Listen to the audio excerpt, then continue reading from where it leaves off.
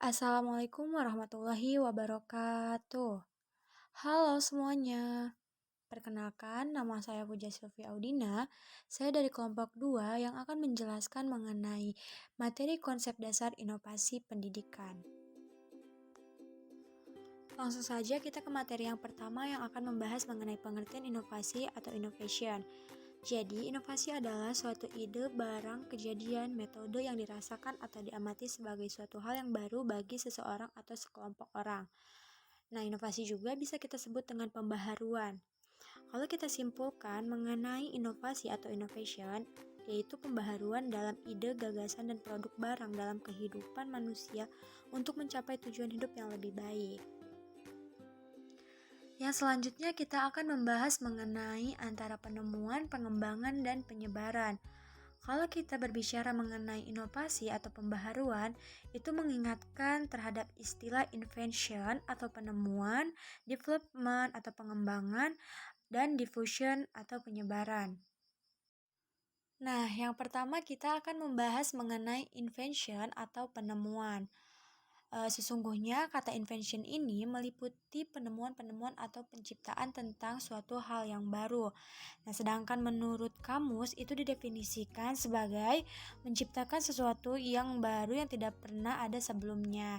Jadi, kita tegaskan bahwasannya invention ini penemuan yang belum ditemukan sebelumnya atau penemuan yang baru. Nah, penemuan invention ini contohnya itu penemuan Thomas Alva Edison pada tahun 1847 sampai 1931.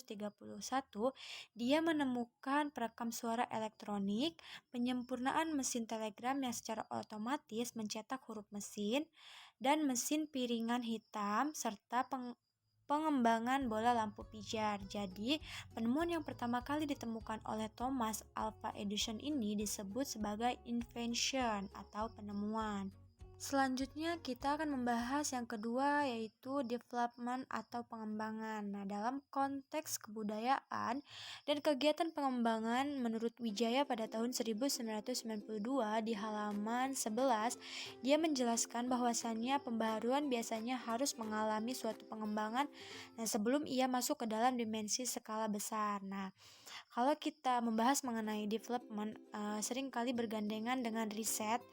Jadi sehingga research ini dan development itu disebut dengan R dan D. Nah, R dan D ini biasanya digunakan dalam pendidikan. R dan D juga meliputi berbagai aktivitas digunakan untuk riset dasar seperti pencarian dan pengujian teori-teori belajar. Nah, riset ini mengetengahkan proses pengembangan bahan-bahan kurikulum yang baru. Nah, kalau kita membahas mengenai development atau pengembangan, itu kita akan membahas juga mengenai riset. Nah, riset ini juga ditujukan untuk pengembangan bahan-bahan kurikulum yang baru. Nah, jadi itulah yang dinamakan dengan pengembangan. Nah, yang ketiga ada diffusion atau penyebaran. Nah, konsep diffusion ini sering kali digunakan secara sinonim dengan konsep dissemination. Kalau menurut Roger pada tahun 1962 dia menyatakan penyebaran suatu ide baru dari sumber inventionnya kepada pemakai atau penyerap yang terakhir. Selanjutnya kita akan membahas mengenai karakteristik inovasi. Nah, menurut King dan Anderson pada tahun 1995, mereka menjelaskan mengenai ciri inovasi itu mencakup yang pertama ada suatu inovasi adalah hasil yang dapat dilihat, proses atau hasil dalam suatu organisasi. Nah, yang kedua, dia menjelaskan suatu inovasi harus merupakan suatu latar sosial baru yang diperkenalkan terhadap kelompok kerja, bidang sosial, atau seluruh organisasi. Yang ketiga, suatu inovasi harus bertujuan bukan sekadar bersifat sesaat saja. Nah, yang keempat, suatu inovasi bukan merupakan perubahan rutin. Nah, kalau menurut Rogers, ciri-ciri suatu inovasi, dia mengemukakan bahwasannya yang pertama adanya keuntungan relatif. Nah, yang kedua bersifat kompatibel, yang ketiga bersifat kompleksitas. Nah, yang keempat bersifat triabilitas. Yang kelima bersifat observabilitas. Nah, kalau kita lihat dalam konteks ini muncul beberapa pertanyaan, bagaimana hubungan antara inovasi, modernisasi, dan teknologi. Nah, jadi kita membahas ketiganya. Antara inovasi, modernisasi, dan teknologi, inovasi ini berawal dari keinginan untuk menciptakan sesuatu yang baru dan dapat diterima oleh masyarakat. Nah, penciptaan inovasi juga harus memiliki persepsi terhadap kebutuhan masyarakat yang cocok dengan kondisi dan kebutuhan masyarakat yang berkembang dan hidup pada satu wilayah. Nah, istilah modern itu mempunyai berbagai macam arti. Kalau pada umumnya nih kita bisa menunjukkan ke arah yang lebih baik, lebih maju dalam arti lebih menyenangkan, lebih meningkatkan kesejahteraan hidup masyarakat tentunya. Karakteristik inovasi ditentukan oleh pasar dan bisnis. Jadi, yang menentukan karakteristik inovasi itu adalah pasar dan bisnis. Kenapa? Nah, inovasi yang mengikuti kondisi memungkinkan pasar dapat dijalankan seperti biasanya. Inovasi yang terpisah dapat mengubah pasar atau produk, sebagai contoh dalam penemuan barang murah dan tiket pesawat murah. Ini inovasi inskrementasi atau penambah muncul karena berlangsungnya evolusi dalam berpikir inovasi. Nah, selanjutnya kita membahas mengenai pentingnya inovasi.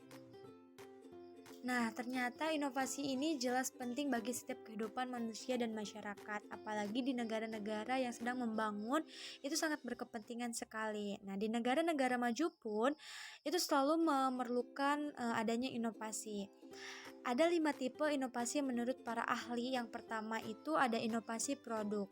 Nah, inovasi produk ini melibatkan pengenalan barang baru, pelayanan baru yang secara substansial meningkat. Yang kedua ada inovasi proses. Nah, inovasi proses ini melibatkan implementasi peningkatan kualitas produk yang baru atau pengiriman barangnya. Yang ketiga, inovasi pemasaran. Mengembangkan metode mencari pangsa pasar baru dengan meningkatkan kualitas desain pengemasan atau promosi. Yang keempat, inovasi organisasi. Yang kelima ada inovasi model bisnis. Itu untuk mengubah cara berbisnis berdasarkan nilai yang dianut. Jadi itu 5 tipe inovasi menurut para ahli.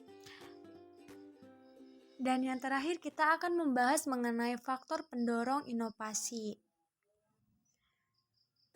Menurut Amabil pada tahun 1998 dan Mumford dan Gustafson pada tahun 1998, mereka menemukan bahwa kepemimpinan adalah salah satu faktor utama pengungkit inovasi. Nah, selain itu juga faktor struktur dan proses organisasi berupa jejaring kerjasama dalam organisasi dan kemampuan belajar organisasi juga menentukan terjadinya inovasi.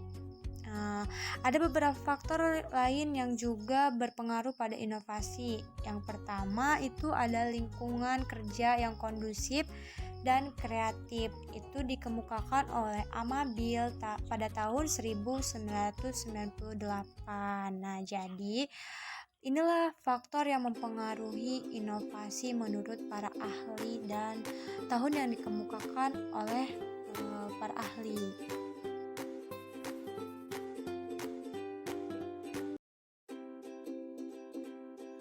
Baik, hanya itu saja yang bisa saya sampaikan. Kurang dan lebihnya mohon maaf. Semoga bermanfaat. Wassalamualaikum warahmatullahi wabarakatuh.